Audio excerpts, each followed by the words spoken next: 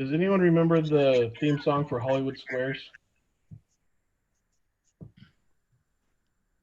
I'm not a very good singer, but they've been playing it lately. Da, da, da, da, da. Isn't that how it goes? Something like that. It's been too long for me.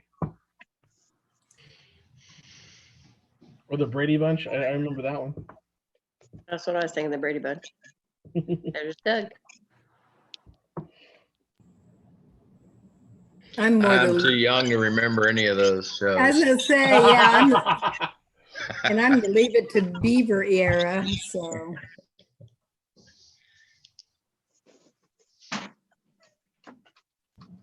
Hi everyone, Ali Max here, Global Ambassador for. On my way, Woody. Woody's back?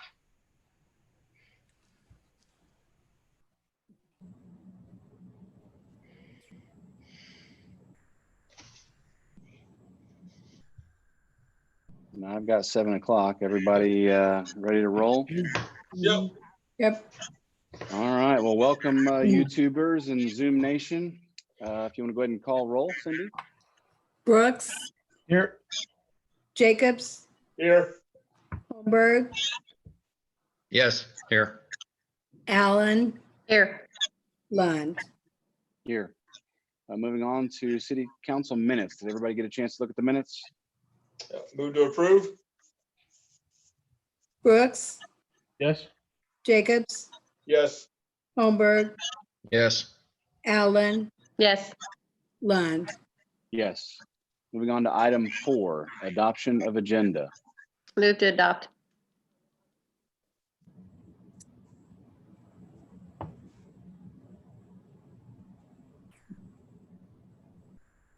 Cindy, You you want heard to me, call a vote on that? Well, I said Brooks and I didn't hear him. Oh, I'm Oh. sorry. I didn't hear you say my name. Yeah. Yes. Jacobs, We're Yes. moving to approve the minutes. Or not the minutes, but the agenda. Correct? This is the agenda, yes. Okay. Yeah. Yep. All right.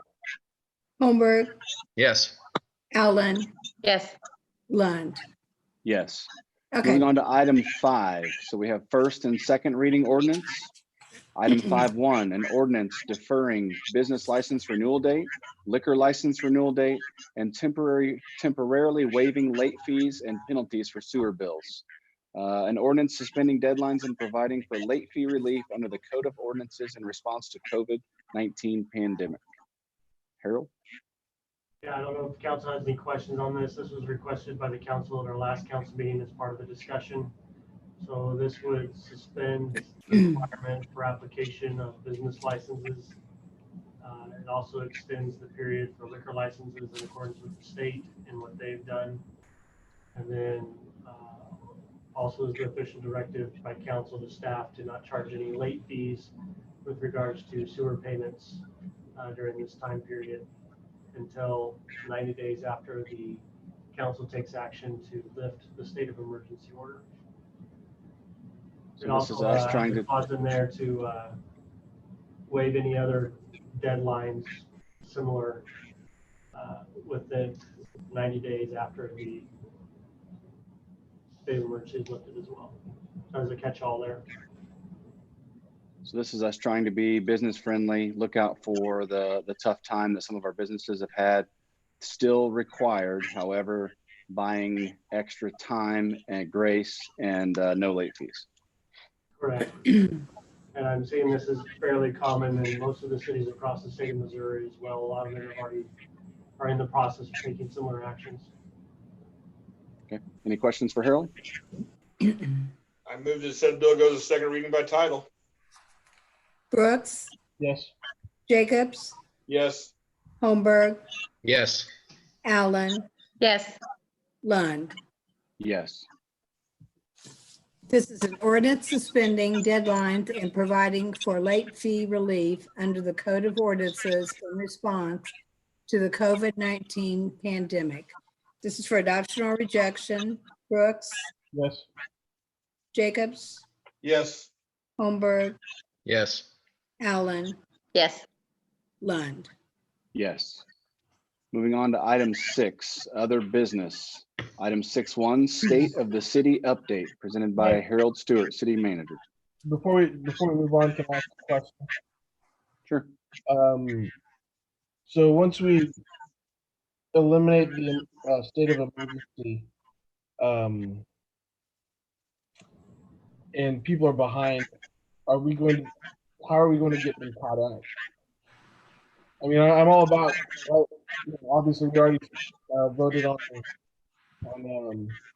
suspending the fees, but are we going to like amortize it over like a year to get them caught up, or I'm drawing a I blank? think it's just buying them time. I don't think we have a payment plan built into the ordinance as was presented, but it does delay out the deadline. Well, I was thinking not on the ordinance level, but as a policy level. If we put, so I guess I'm asking Harold if we are put thought into, once we do bring it back, how to get people caught up in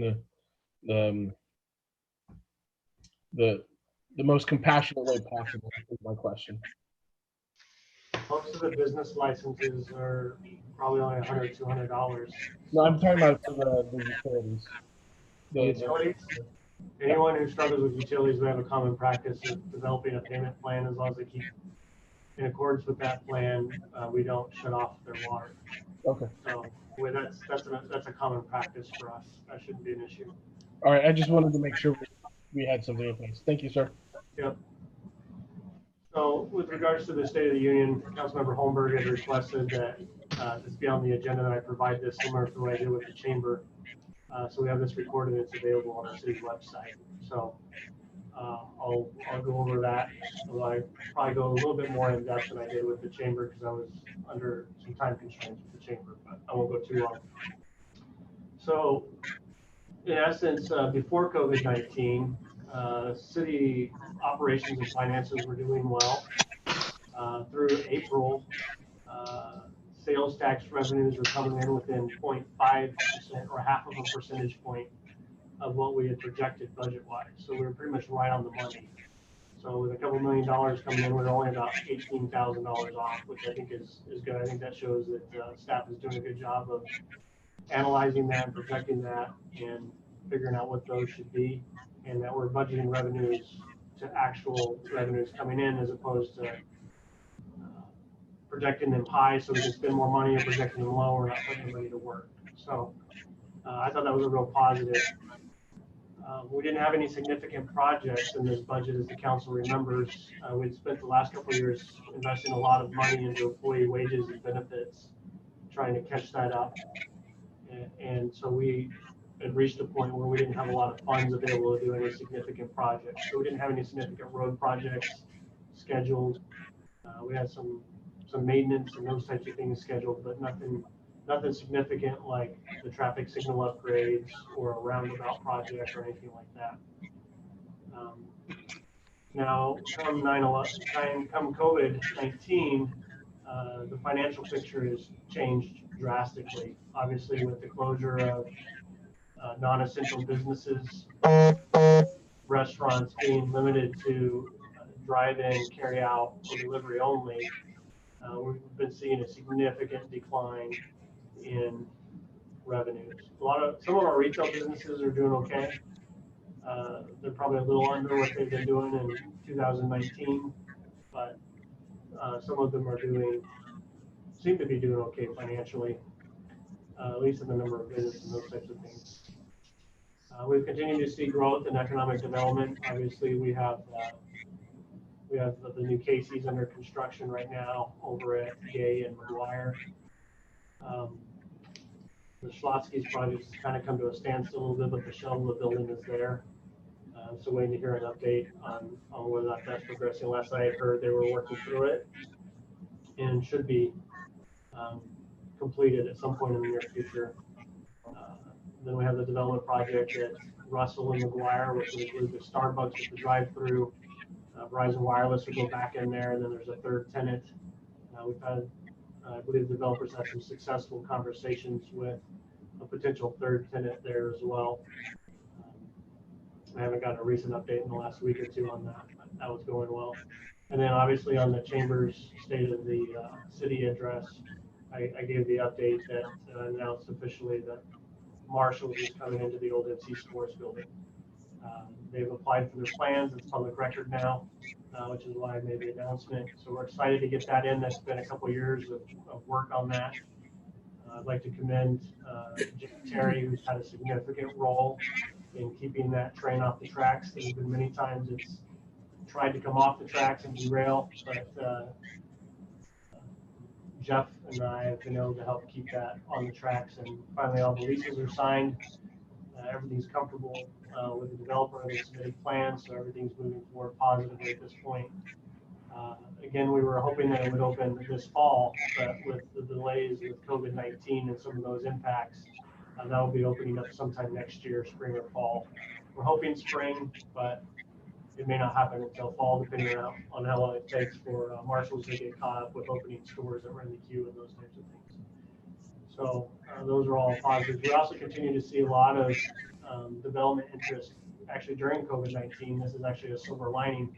A lot of these site selectors that spend a lot of their time traveling have been stuck at home just like we have, and so they've been doing a lot more research online as opposed to traveling everywhere. And because of that, Warrensburg has received a lot of interest and attention.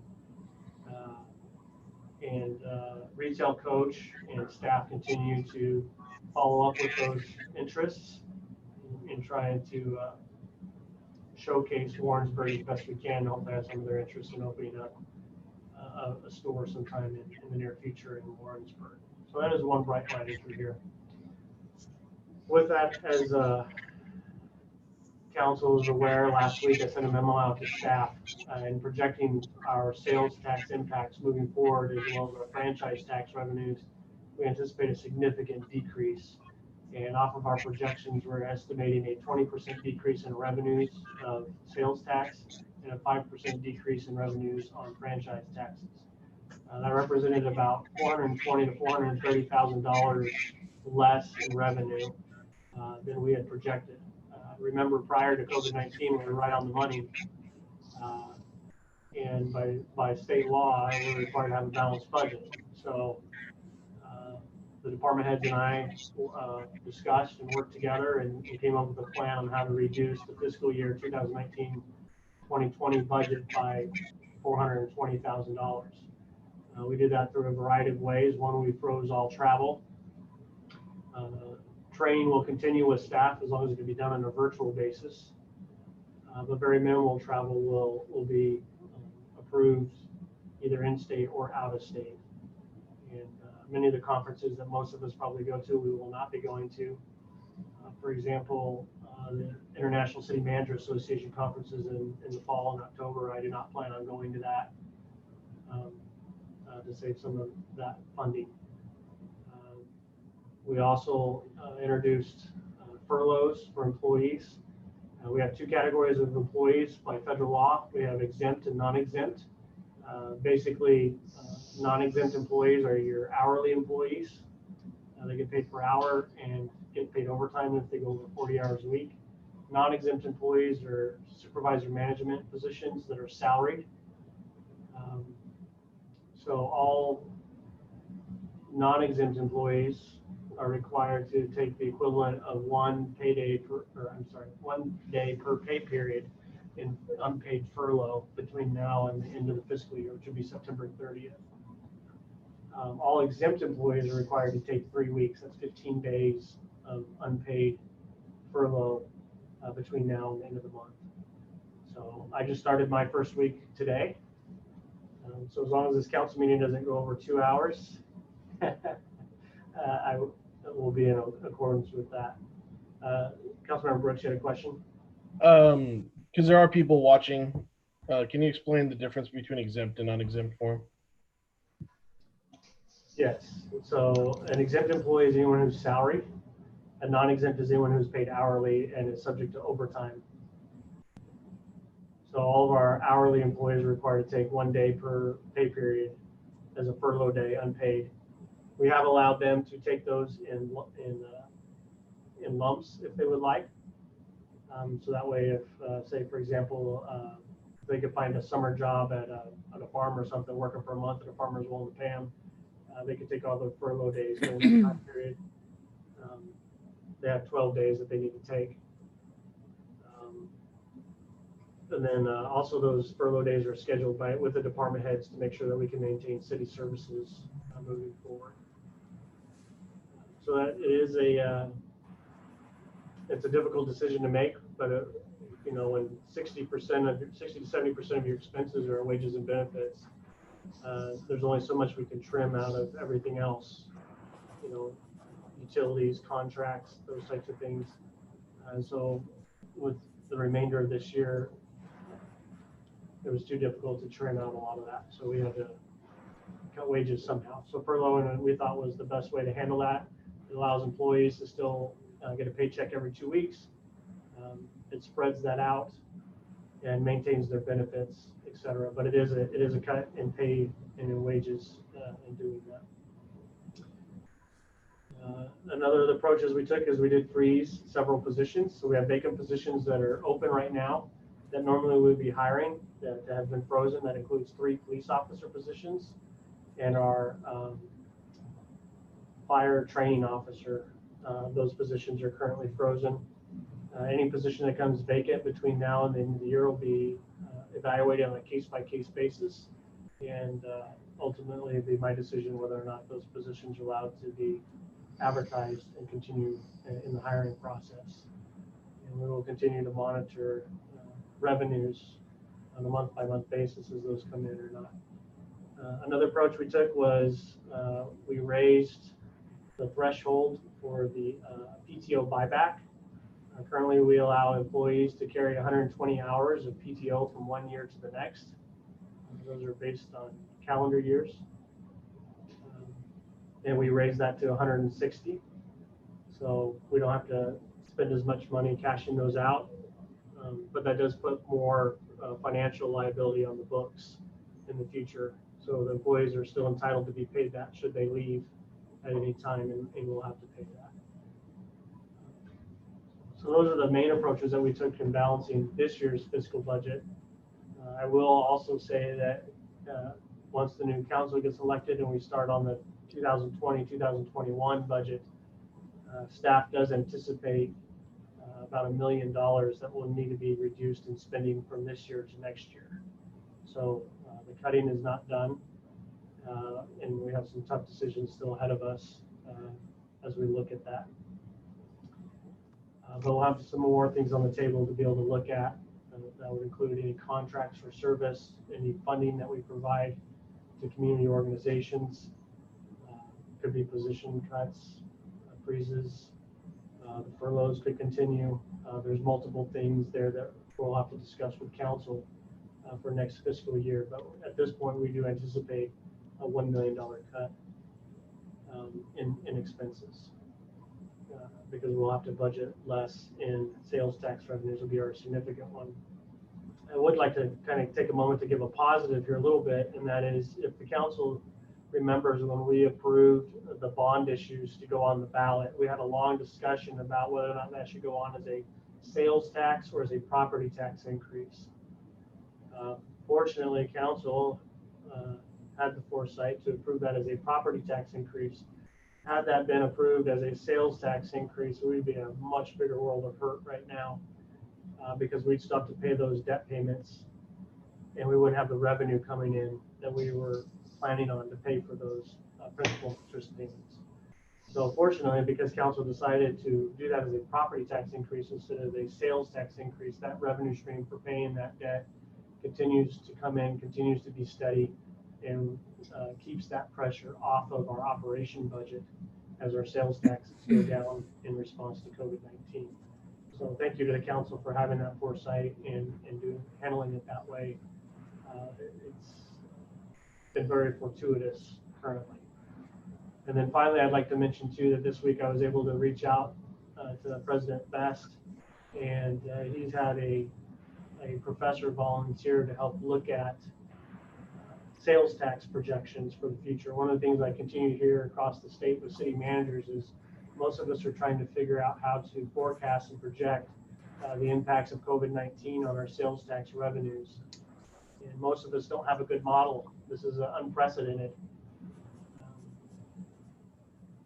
We've never had an event for such an extended period of time that has such a negative effect on sales tax revenues. And but we have a professor that's going to help look at some data and help us project that out, and hopefully maybe a resource for other communities across the state as well. So it's an opportunity for UCM to provide some leadership to local governments across the state and help us out in the time of need. So that's kind of the state of the city right now. We have a lot of positive happening as far as economic development. Our budget was looking very good up until April. And then now we're just waiting to see what the revenues will be in the coming months. And June will probably be the first month that we'll see sales tax revenues that reflect a lot of the closures that have come about through the state orders from the governor, from Johnson County Community Health Services, and what those impacts will really be. So I'd be happy to answer any questions if that raises any by the council. No, I appreciate you going over that. There's a couple comments I'm going to make is I personally have decided earlier in this year, but I will be calculating those few things that I buy online and actually giving that tax to the city general revenue. And then also as city council, we receive like a quarterly stipend for travel. It's not as significant, but I think I would like that to go back into the general revenue since staff is making that sacrifice. It wouldn't be equivalent, but I think that would be a way to participate, those two areas.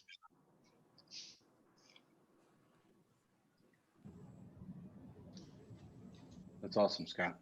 Anybody else have any questions for Harold? All right, thanks, Harold. We're going to move on to item 7, appearances to the council not listed on the agenda.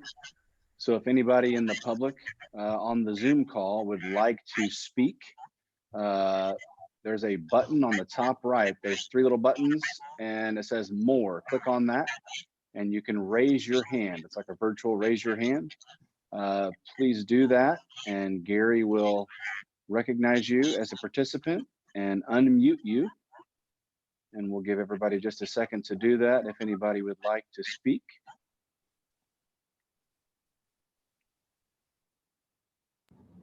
And we'll circle back to that. So if anybody figures that out and wants to speak, we'll circle back at the end, and anybody that did not get a chance to participate due to technology problems, we'll circle back. Next item is 8, mayoral appointments. Tonight we don't have any mayoral appointments. Moving on to item 8, miscellaneous matters from the mayor and/or city council. City council members, anybody have anything that they'd like to share with the group or talk about?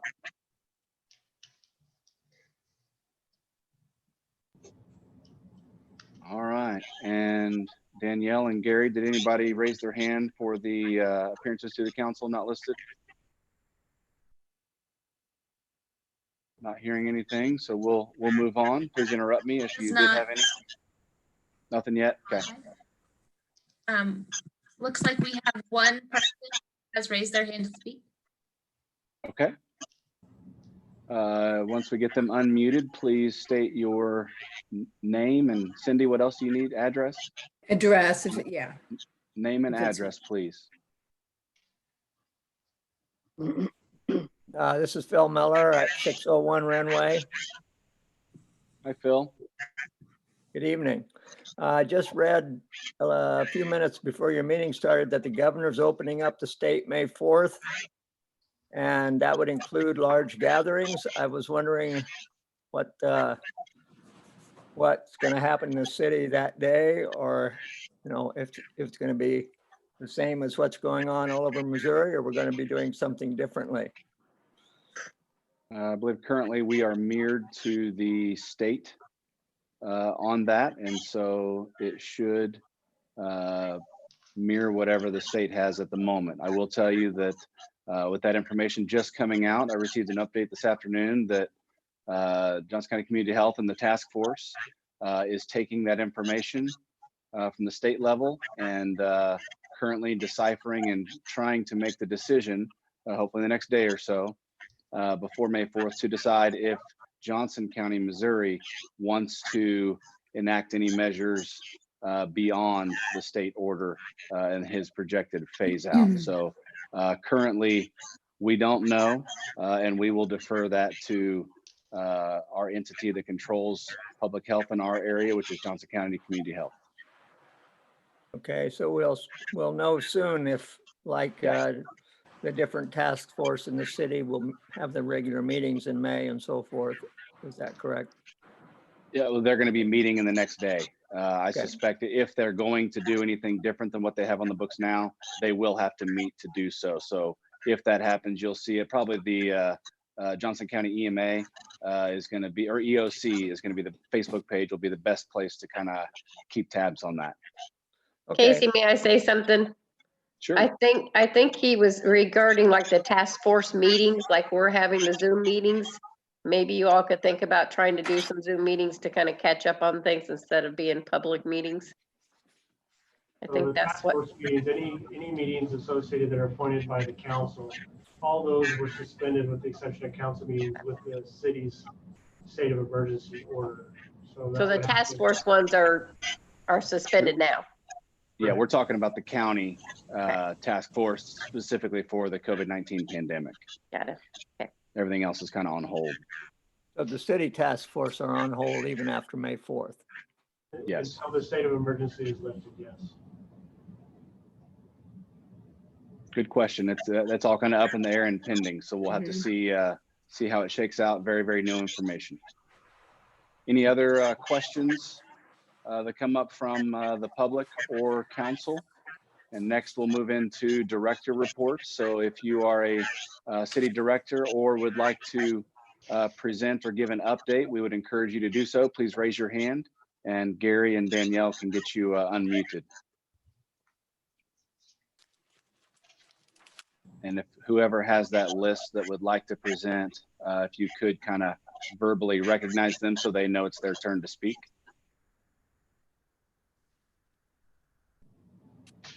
So I am actually not seeing any directors raising their hands to speak at this time. However, Jill Purvis from Main Street has raised her hand.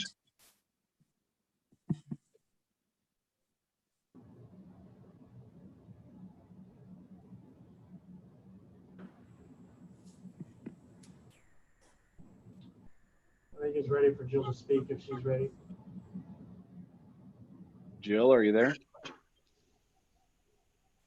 Is she on phone call or internet audio? It is on internet audio. Is she unmuted? She is unmuted, Okay. but maybe she accidentally raised her hand. Ah, could be. Jill, anything you'd like to tell us about today? And Rich, we can see your lips moving, but not hear anything. I've got house troubles, so I'm talking to them while I'm paying attention. Getting on the kids. Hey, I get it. I've been there. Any other directors or staff reports that you'd like to give us an update on what's going on?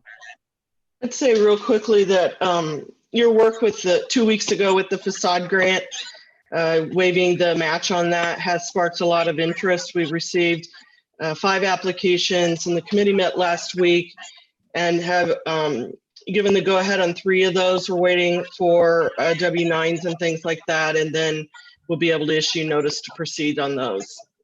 So that's encouraging. And on the census, we're up to about a 50% response rate when we checked today. So the Love What's Local committee, Amanda and Jamie have been doing a great job getting videos from around the community to encourage participation in the census. And that seems to be helping our number go up there as well. Awesome. And thanks for all the hard work you've put in over the whole last year for that. I know that none of us could have planned for what we're facing right now, but we know that you put in a lot of hard work. Thank you. Anybody else have anything that they would like to present or talk about tonight? I'd open it up to those that I normally kind of go around the room and talk to, all of our local agencies. Anybody that would like to present, Jill or Sarah from the Daily Star, anybody that would like to share anything, now is your time. I have a quick question for Barbara. Sure. Have the Fed said anything about possibly pushing back the deadline for the census because of all this? So they have pushed back the dates, both for the self-response. I think we have until October 31st now to respond to that, and that had been an August date. And then the dates by which the data products will be made available to Congress and the president have been pushed out to next February and April as well. So they will be taking longer to do that work. That was a good question. All right, anybody else have any questions or anything to share before we conclude? Mayor Lund, Jill did have something that she wanted to say, and so we're going to try this again with Jill. All right, Jill. Hello. Can you hear us? We can't hear you, so if you are trying to present, please jump on the chat and ask your question or share your information that way, and we'll watch that. I guess we don't have a chat feature because we have it turned off. Never mind. Different than normal Zoom calls. All right. And Yeah, getting jumped updates out. from others that everybody else seems like they're good. Anybody else that would like to present or share anything besides Jill? All right, well, thanks everybody for attending tonight, our first successful Zoom meeting, and hopefully presenting live on YouTube so we can get the information out to our constituents. Again, we appreciate everybody's participation as well as your patience as we work through new technology and getting through this COVID-19 process. So we'll be watching on the county side, Johnson County Community Health, and see if there's any changes or mandates deviating from the state information that just came out this afternoon. Encourage everybody to stay home, stay safe, and we will call this meeting adjourned. Thanks for attending.